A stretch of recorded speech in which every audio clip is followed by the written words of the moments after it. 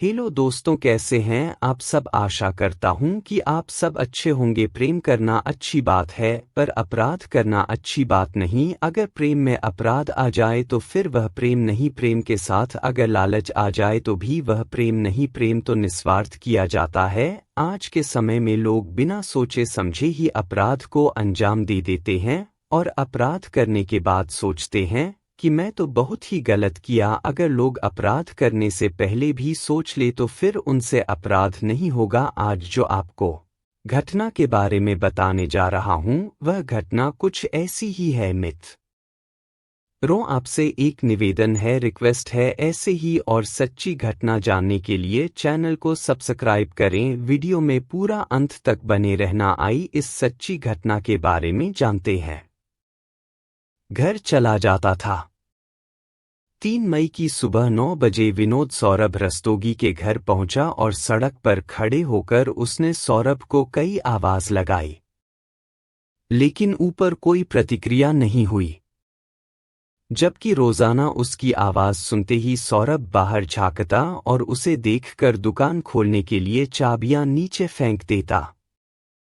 दुकान के बराबर से ही ऊपर जाने के लिए सीढ़ियां थीं, जिसमें आगे की ओर चैनल लगा था और उसके पीछे शटर और चैनल दोनों हमेशा अंदर से बंद रहते थे। शटर को थोड़ा खुला देख विनोद आश्चर्य में पड़ गया, क्योंकि सौरभ अगर सामने की दुकान पर चाय पीने भी जाता था तो शटर लॉक करके जाता था। विनोद ने सौरभ के बारे में पड़ोस में पूछा तो कुछ पता नहीं चला। उसने संदेह वाली बात पड़ोसी को बताई तो उसने ऊपर जाकर देखने को कहा। विनोद पूरा शटर खोलकर सीढ़ियों के रास्ते प्रथम तल से होते हुए जब दूसरे तल पर पहुंचा तो सौरभ को हाथ पैर बंधे हुए पड़े पाया। उसे उस हालत में देखकर ही लग रहा था कि वह जीवित नहीं है। विनोद घबराकर उल्टे पैर वापस लौट आया। नीचे आकर उसने पड़ोसी को पूरी बात बताई। उसकी बात सुनकर जरा सी देर में पास पड़ोस के लोग एकत्र हो गए। पुलिस चौकी पास ही थी। विनोद ने इस मामले की सूचना पुलिस चौकी में दे दी। चौकी से अविलंब थाना फतेहगंज पश्चिमी को सूचना भेज दी गई।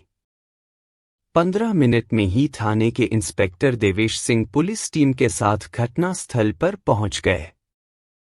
पुलिस मकान के दूसरे तल पर पहुंची तो घर का सारा सामान बिखरा पड़ा मिला। सौरभ की हत्या कर दी गई थी और उसकी लाश पेड़ पर पड़ी थी। उसकी कनपटी पर गोली लगने का निशान था, साथ ही गर्दन पर भी घाव था।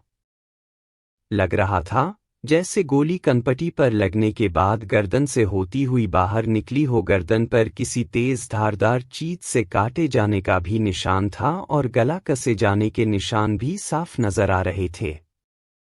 इसका मतलब हत्यारे सौरभ को किसी भी हालत में जिंदा नहीं छोड़ना चाहते थे।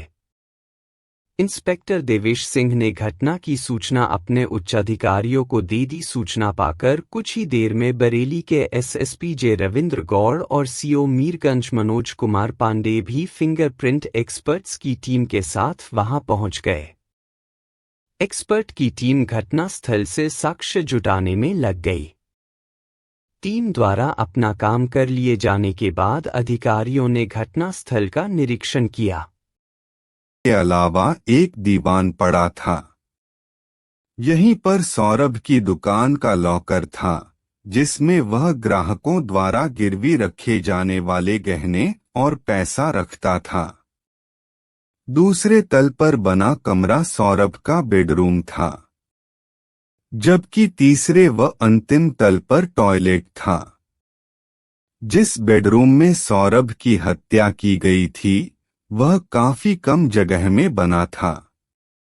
एक बेड और एक टेबल के अलावा वहां एक अलमारी रखी थी। इतने सामान से ही पूरा कमरा भरा था। कमरे में रखी अलमारी खुली पड़ी थी और उसका सामान बाहर निकला पड़ा था। अलमारी का लॉकर खुला था और बिल्कुल खाली था। अलमारी और लॉकर के लॉक टूटे हुए थे। कमरे में टूटी हुई चूड़ियां पड़ी थीं। कांच का गिलास भी मेज के पास टूटा पड़ा था। गिलास के कांच का एक टुकड़ा खून से सना हुआ था। सौरभ का गला शायद उसी कांच से काटा गया था। सीढ़ियों पर चाबी के कई गुच्छे पड़े मिले थे। इसी बीच सूचना पाकर बरेली से सौरभ के पिता सुनील रस्तोगी व अन्य घर वाले आ गए। उनसे पूछताछ करने पर पता चला कि गत दिवस 2 मई को सौरभ अकेला था। उसकी पत्नी शैली 2 मई की सुबह नोएडा चली गई थी। उस दिन शुक्रवार होने की वजह से बाजार की साप्ताहिक छुट्टी थी। सुबह पत्नी को टेरन में बैठाने के बाद सौरभ अपनी नानी की अंत्येष्टि में बछला गया था। उसकी नानी की मौत भी 2 मई की सुबह हुई थी। नानी की अंत्येष्टि में वह गया तो था, लेकिन घर वालों के रोकने के बावजूद जल्दी चला आया था। घटनास्थल के मुआयने और पूछताछ के बाद यह नतीजा निकला कि इस घटना को पुख्ता योजना बनाकर अंजाम दिया गया था। हत्यारों को यह बात अच्छी तरह पता थी कि सौरभ घर पर अकेला है, उसकी पत्नी शैली बाहर गई हुई है। इसीलिए घटना को अंजाम देने के लिए 2 मई की रात चुनी गई। हालात बता रहे थे कि घर के अंदर दाखिल होने वाले को सौरभ अच्छी तरह जानता था, क्योंकि कोई भी व्यक्ति बाहर से घर के अंदर तब तक प्रवेश नहीं कर सकता था जब तक अंदर मौजूद शख्स ताला न खोले। बाहर से ताला खोलना किसी भी तरह संभव नहीं था। सीढ़ियों के पास शटर लगा था, जिसमें अंदर से ताला पड़ा हुआ था। फिर सीढ़ियां चढ़ने के बाद एक दरवाजा था, वह भी अंदर से बंद रहता था। अगर किसी ने दरवाजा तोड़ने का प्रयास किया होता तो निशान जरूर मिलते। दरवाजों पर लगी कुंडियां सही सलामत थीं। इसका मतलब था कि सौरभ ने ही अपने किसी परिचित को देखकर दरवाजे खोले होंगे और उसे ऊपर ले गया होगा। रात 9 बजे सौरभ ने विनोद को फोन करके बुलाया था, लेकिन मौसम खराब होने की वजह से वह नहीं आ सका था। इसके बाद ही किसी समय सौरभ की हत्या की गई थी। पुलिस अधिकारियों ने गहन जांच पड़ताल करने के बाद करीब 1 बजे सौरभ की लाश पोस्टमार्टम के लिए बरेली स्थित मोर्चरी भेज दी। मौके पर मिले सौरभ के मोबाइल को पुलिस ने अपने कब्जे में ले लिया। घटनास्थल से पुलिस ने 2 बुलेट भी बरामद किए। उधर सौरभ की पत्नी शैली को पति की मौत की खबर मिली तो वह देर शाम दिल्ली से वापस आ गई।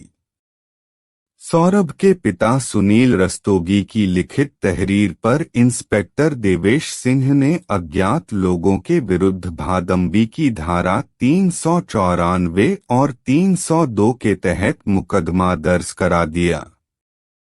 पुलिस ने सौरभ के मोबाइल नंबर की कॉल डिटेल्स निकलवाई तो पता चला कि घटना वाली रात उसने अंतिम कॉल अपनी पत्नी शैली को की थी। उससे पहले उसने 9 बजे विनोद से बात की थी। इन दोनों कॉल से पहले सौरभ की बात एक अनजान नंबर पर भी हुई थी। उस नंबर पर उस दिन भी और उसके पहले दिन भी कई बार देर तक बातें की गई थीं। इंस्पेक्टर देवेश सिंह ने उस नंबर के बारे में विनोद से पूछताछ की तो उसने बताया कि वह नंबर बरेली के थाना बहेड़ी के अंतर्गत आने वाले गांव जुआ जवाहरपुर की रहने वाली पूजा शर्मा का था। विनोद उसके बारे में इसलिए जानता था क्योंकि सौरभ ने उसे भेजकर कई बार पूजा का मोबाइल रिचार्ज कराया था। इससे पुलिस को यह मामला अवैध संबंधों का लगा। पुलिस ने पूजा के घर पर गिरफ्तारी के लिए दबिश दी, लेकिन वह नहीं मिली। पता चला कि वह 19 अप्रैल को अपने प्रेमी राकेश गंगवार के साथ भाग गई थी। राकेश पड़ोस के गांव मोहम्मदपुर का रहने वाला था। राकेश और पूजा का एक साथ भागना और पूजा का सौरभ से बराबर बात करना इस बात की ओर इशारा करता था कि संभवतः उन दोनों ने ही मिलकर सौरभ की हत्या करके लूट को अंजाम दिया था। पुलिस ने उन्हें शीघ्र गिरफ्तार करने के लिए मुखबिरों को सुरागरसी पर लगा दिया। 7 मई की दोपहर को एक मुखबिर से इंस्पेक्टर देवेश सिंह को सूचना मिली कि पूजा अपने प्रेमी राकेश के साथ इज्जत नगर रेलवे स्टेशन पर खड़ी है। यह खबर मिलते ही उन्होंने तुरंत वहां जाकर दोनों को गिरफ्तार कर लिया। दोनों को थाने लाकर कड़ाई से पूछताछ की गई तो उन्होंने सारा सच उगल दिया। पूजा थाना बहेड़ी क्षेत्र के गांव जुआ जवाहरपुर निवासी रामवीर की बेटी थी। रामवीर खेती किसानी का काम करता था। उसका अपनी पत्नी कमला से अक्सर वाद विवाद होता रहता था, जो कि कभी कभी भयंकर रूप अख्तियार कर लेता था। वाद विवाद का कारण था कमला का महत्वाकांक्षी होना। उसे अपनी चादर के हिसाब से पैर पसारना नहीं आता था। उसके हाथ में जितना पैसा आता था वह घर की जिम्मेदारियों के बजाय फिजूल के कामों में खर्च कर देती थी। 3 बच्चों की मां होने के बावजूद कमला को बनसंवर कर रहना पसंद था। इसी वजह से उसके खर्चे ज्यादा बढ़े हुए थे। उसकी फिजूल खर्ची को लेकर पति पत्नी में प्राय रोज झगड़ा होता था। इस सब से तंग आकर रामवीर ने कमला को तलाक दे दिया। तलाक के बाद वह अपने बच्चों के साथ अपने मायके बरेली के ही गांव मोहम्मदपुर आ गई। लेकिन जवान बेटी को घर में बैठे देख कुछ ही दिनों में मां बाप को चिंता होने लगी। उन्होंने किसी तरह दौड़ भाग करके उसकी शादी जुआ जवाहरपुर के सेवानिवृत्त फौजी भूपराम शर्मा से कर दी। भूपराम सेवानिवृत्ति के बाद अपनी पुश्तैनी जमीन पर खेती बाड़ी करते थे। शादी के बाद कमला बच्चों के साथ अपनी इस ससुराल में रहने लगी। समय के साथ कमला की बेटी पूजा जवान हो गई। वह बरेली के विशाल कन्या डिग्री कॉलेज से बीए द्वितीय वर्ष की पढ़ाई कर रही थी। पूजा अपनी मां कमला से इसलिए नाराज रहती थी क्योंकि उसने दूसरा विवाह कर लिया था। इसी बात को लेकर मां बेटी में अक्सर झगड़ा हो जाता था। कमला अपनी झगड़ालू बेटी से कम ही बोलती थी। पूजा के उग्र स्वभाव से कमला काफी डरती थी। पूजा भी अपनी मां पर गई थी। उसके भी काफी ऊंचे ख्वाब थे जिन्हें पूरा करने के लिए वह सही गलत के चक्कर में भी नहीं पड़ना चाहती थी। ऐसी बातों में उसका दिमाग भी काफी तेज दौड़ता था। पूजा अपनी ननिहाल मोहम्मदपुर जाती रहती थी। एक दिन वहीं पर उसकी मुलाकात राकेश कुमार गंगवार से हुई। राकेश के पिता होरीलाल भी किसान थे। उसकी 2 बड़ी बहनों का विवाह हो चुका था। राकेश उन दिनों बरेली कॉलेज में बीए द्वितीय वर्ष प्राइवेट की पढ़ाई कर रहा था। इसके अलावा वह पार्ट टाइम नौकरी भी करता था। राकेश का पूजा की ननिहाल में आना जाना था। दोनों ने बीए के फॉर्म भी साथ साथ भरे थे। पूजा के ननिहाल में रहते राकेश का आना जाना बढ़ गया था। जब भी वह आता उसकी नजरें पूजा पर ही टिकी रहती। पूजा नासमझ तो थी नहीं कि उसकी नजरों को नहीं पढ़ पाती। वह उसके दिल की बात बखूबी समझती थी। मोहब्बत का बीज जब दोनों ओर अंकुरित हो जाए तो एक दूसरे के करीब आने में वक्त नहीं लगता। धीरे धीरे पूजा राकेश से खुलती चली गई। वक्त के साथ दोनों ने अपने अपने प्यार का इजहार कर लिया। इसके बाद दोनों छिपछिपाकर एक दूसरे से मिलने लगे। जीवन भर एक दूसरे का साथ निभाने का सपना लिए दोनों ने जल्दी ही अपने बीच की सारी दूरियां भी मिटा दी। राकेश और पूजा जहां प्यार के रास्ते पर बेफिक्र होकर तेजी से आगे बढ़ रहे थे, वहीं उन दोनों के प्यार की बात गांव वालों से छिपी न रह सकी। जल्दी ही इस बारे में दोनों के घर वालों को भी पता चल गया। राकेश और पूजा के प्यार के किस्से सुनकर दोनों के परिजन तंग आ गए थे। इसी के मद्देनजर राकेश के घर वालों ने उसका रिश्ता बरेली के नवाबगंज कस्बे के एक संभ्रांत परिवार में तय कर दिया। वहीं पूजा के पिता भूपराम ने भी बेटी की शादी मीरगंज थाना क्षेत्र के गांव धनेली में पक्की कर दी। योजना अच्छी लगी। उसने पूजा से वादा किया कि वह इस योजना में उसका हर तरह से साथ निभाएगा। सुनील रस्तोगी बरेली स्थित फतेहगंज पश्चिमी के माली मोहल्ले में अपने परिवार के साथ रहता था। उसके मकान के निचले तल पर उसकी ज्वेलरी शॉप थी। अच्छी जगह दुकान होने की वजह से ग्राहक भी खूब आते थे। ज्वेलरी बेचने के अलावा सुनील गिरवीगांठ का भी काम करता था। उसके यहां आने वाले ग्राहकों की कोई कमी नहीं थी। सुनील के परिवार में उसकी पत्नी सीमा, एक बेटा सौरभ और दो बेटियां वर्षा और दीपिका थीं। उन्होंने बेटियों के विवाह कर दिए थे। 4 साल पहले सौरभ का विवाह भी बरेली के कस्बा सिरौली के मोहल्ला सीपरी निवासी शैली से हो गया था। उन दिनों सौरभ पिता के साथ दुकान पर बैठता था। 2 साल पहले सौरभ की मां का देहांत हो गया तो कुछ ही महीने बाद सौरभ के पिता सुनील ने दूसरा विवाह करने की ठान ली। इस विवाह का सौरभ व शैली के अलावा अन्य घर वालों ने भी काफी विरोध किया, लेकिन सुनील नहीं माने। उन्होंने अखबारों में विवाह हेतु विज्ञापन दे दिया। जल्द ही मिर्जापुर जनपद से उनके लिए एक विधवा महिला का रिश्ता आ गया। उसका एक बच्चा भी था।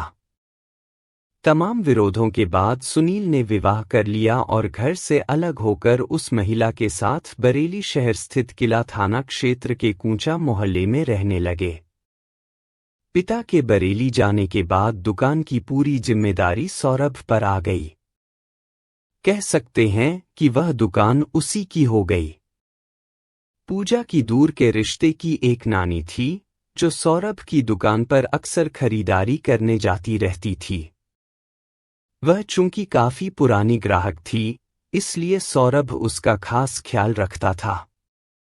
एक बार पूजा भी अपनी नानी के साथ सौरभ की दुकान पर गई।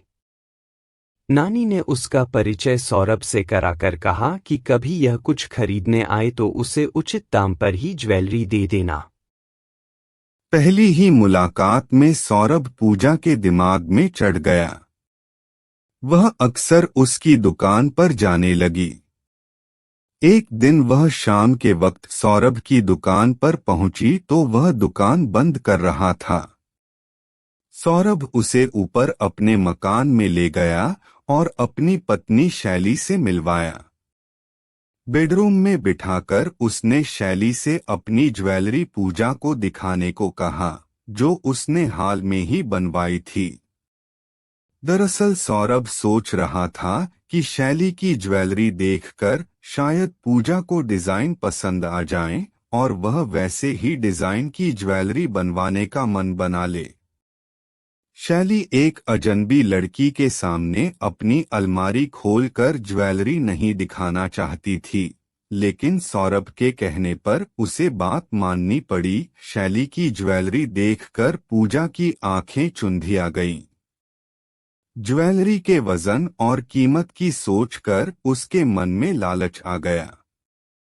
उस दिन पूजा वहां से वापस तो लौट आई, लेकिन उसकी आंखों के सामने वही ज्वेलरी नाचती रही। इसके बाद उसने सौरभ से मुलाकातें बढ़ा दीं। मुलाकातें बढ़ी तो दोनों ने एक दूसरे को अपने मोबाइल नंबर दे दिए। इसके बाद दोनों की बातें होने लगीं। पूजा को अपनी तरफ खींचता देख सौरभ खुश था। उसका भी मन बहक गया। धीरे धीरे स्थिति यह आ गई कि सौरभ अपने नौकर विनोद को भेजकर पूजा का मोबाइल भी रिचार्ज कराने लगा। राकेश के साथ भागने और शादी करने के बाद जब अच्छी जिंदगी के लिए पैसे की जरूरत महसूस हुई तो पूजा ने राकेश के साथ मिलकर सौरभ को लूटने की योजना बना ली। इसके लिए उसने मर्दों की कमजोरी वाला रास्ता अख्तियार किया। वह सौरभ से खुलकर प्रेम भरी बातें करने लगी। एक साथ तन्हा समय बिताने की बात हुई तो सौरभ ने मौके की तलाश शुरू कर दी। सौरभ की पत्नी शैली की बच्चेदानी पर कुछ चर्बी थी, जिस वजह से गर्भ नहीं ठहर पा रहा था। उसका इलाज नोएडा के नीलकंठ अस्पताल में चल रहा था। डॉक्टर गर्भाशय की चर्बी ऑपरेशन के जरिए हटाने की बात कर रहे थे। शैली को उसी ऑपरेशन के लिए नोएडा जाना था। सौरभ को पूजा से एकांत में मिलने के लिए यह सही मौका लगा। इसके लिए उसे ऐसा इंतजाम करना था कि उसे शैली के साथ न जाना पड़े। इसके लिए उसने काम का बहाना बनाकर शैली को अपने नौकर जंग बहादुर की पत्नी के साथ नोएडा जाने के लिए मना लिया। 25 अप्रैल को शैली के जाने की योजना बन गई। सौरभ ने पूजा को फोन करके उससे घर पर मिलने की बात भी बता दी, लेकिन ऐन वक्त पर किसी वजह से उस दिन शैली का जाना स्थगित हो गया। इस वजह से उस दिन सौरभ और पूजा नहीं मिल पाए। 2 मई को सुबह सौरभ शैली को नौकर की पत्नी के साथ लेकर बरेली जंक्शन गया और 6:30 बजे दिल्ली जाने वाली आला हजरत एक्सप्रेस से उसे दिल्ली भेज दिया। वहां से उसे नोएडा जाना था। पत्नी को भेजने के बाद सौरभ ने 8 बजे सुबह फोन करके पूजा को मिलने के लिए बुला लिया। उस दिन शुक्रवार था और शुक्रवार को मार्केट की साप्ताहिक छुट्टी रहती थी, इसलिए उस दिन दुकान खोलने की भी मजबूरी नहीं थी। प्रोग्राम के हिसाब से सब कुछ ठीक था, लेकिन तभी सौरभ को नानी की मौत का समाचार मिला। मजबूरी थी, इसलिए न चाहते हुए उसे बेमन से कचला जाना पड़ा, जहां उसकी नानी की अंत्येष्टि होनी थी। वहां पर भी पूजा ने उसे 3 से 4 बार फोन किया। पूजा से एकांत में मिलने की तमन्ना सौरभ के सिर चढ़कर बोल रही थी। अंत्येष्टि के बाद जब वह जाने लगा तो घर वालों और रिश्तेदारों ने उसे रोकने की काफी कोशिश की, लेकिन वह नहीं रुका। शाम लगभग 6:30 बजे तक वह अपने घर पहुंच गया। उसने घर पहुंचने की खबर पूजा को दे दी। इसके बाद पूजा राकेश के साथ बाइक पर बैठकर सौरभ के घर के लिए चल दी। बाइक राकेश के मामा ओम प्रकाश की थी। रात 8 बजे वह सौरभ के मकान से कुछ दूरी पर उतर गई और सौरभ के घर की तरफ चल दी। राकेश वहीं मार्केट में घूमने लगा। इसी बीच उसने शराब पी और वहीं पास के एक बैंक्वेट हॉल में हो रहे वैवाहिक समारोह में जाकर खाना खाया। नशे की हालत में उसने बाइक एक स्थानीय पत्रकार अनवार खान की बाइक से भिड़ा दी। इस पर दोनों में काफी बहस हुई। राकेश अपनी बाइक वहीं खड़ी करके वहां से चला गया। पत्रकार अनवार खान ने फतेहगंज पश्चिमी थाने को सूचना दी, जिसके बाद थाने से सिपाही वहां पहुंचे और राकेश की क्षतिग्रस्त बाइक को उठवाकर थाने ले गए। दूसरी ओर पूजा सौरभ के घर पहुंची तो सौरभ ने खुद आकर शटर खोला और उसे अपने साथ दूसरी मंजिल पर बने अपने बेडरूम में ले गया। कुछ देर दोनों के बीच बातें होती रहीं। फिर सौरभ 2 गिलास और फ्रिज से फ्रूटी की बोतल निकाल कर ले लाया। उसने फ्रूटी मेज पर रख दी। पूजा फ्रूटी की बोतल उठाकर दोनों गिलासों में पलटने लगी। इसी बीच सौरभ टॉप फ्लोर पर टॉयलेट चला गया। पूजा ने मौके का फायदा उठाकर अपने पर्स में रखे 81 की 2 टैबलेट का पिसा पाउडर निकाला और सौरभ के गिलास में डालकर मिला दिया। जब सौरभ टॉयलेट से वापस आया तो पूजा ने एक गिलास उसे देकर दूसरा गिलास अपने होठों से लगा लिया और सिप करने लगी। सौरभ फ्रूटी पीते हुए टीवी खोलकर उस पर प्रोग्राम सेट करने लगा। करीब 20 मिनट बाद सौरभ बेहोश होकर बेड पर लुढ़क गया। सौरभ के बेहोश होते ही पूजा ने राकेश को फोन करके आने को कह दिया। लगभग 11 बजे राकेश आया तो पूजा उसे शटर उठाकर अंदर ले आई। आने के बाद राकेश सौरभ को होश में लाने की कोशिश करने लगा। वह होश में आया तो राकेश ने 315 बोर का तमंचा तानकर सौरभ को पेट के बल लेटने की हिदायत दी। डरकर सौरभ पेट के बल लेट गया। पूजा ने सौरभ के हाथ पीठ की तरफ लाकर अपने दुपट्टे से बांध दिए। साथ ही उसने सौरभ के पैर भी उसकी शर्ट से बांध दिए। इसके बाद राकेश ने अलमारी की चाबी मांगी तो सौरभ ने देने से इनकार कर दिया। इस पर राकेश ने उसे डराने के लिए तमंचे से एक हवाई फायर किया। उसने एक बार फिर चाबी मांगी, लेकिन सौरभ ने चाबी देने से फिर मना कर दिया। इस पर राकेश को गुस्सा आ गया और उसने सौरभ की कनपटी पर तमंचे की नाल रखकर गोली मार दी, जो कि गर्दन के पार होते हुए बाहर निकल गई। सौरभ ने उठने की कोशिश की, लेकिन हाथ पैर बंधे होने के कारण वह गिर पड़ा, जिससे मेज पर रखा फ्रूटी का गिलास टूट गया। उसी गिलास के टूटे कांच से राकेश ने सौरभ की गर्दन काटी। उसके बाद उसने बेल्ट से उसका गला कस दिया, जिससे सौरभ की मौत हो गई। सौरभ को मौत के घाट उतारकर राकेश और पूजा ने अलमारी का लॉक तोड़ा और उसके अंदर बनी छोटी तिजोरी का लॉक भी तोड़कर उसमें रखी 650 ग्राम ज्वेलरी और लगभग 4000 रुपए निकाल लिए।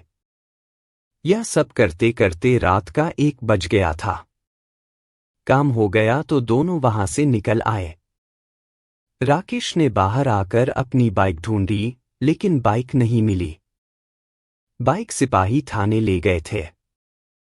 राकेश ने बैंक्वेट हॉल के बाहर खड़ी एक बाइक में अपनी चाबी लगाई तो वह स्टार्ट हो गई।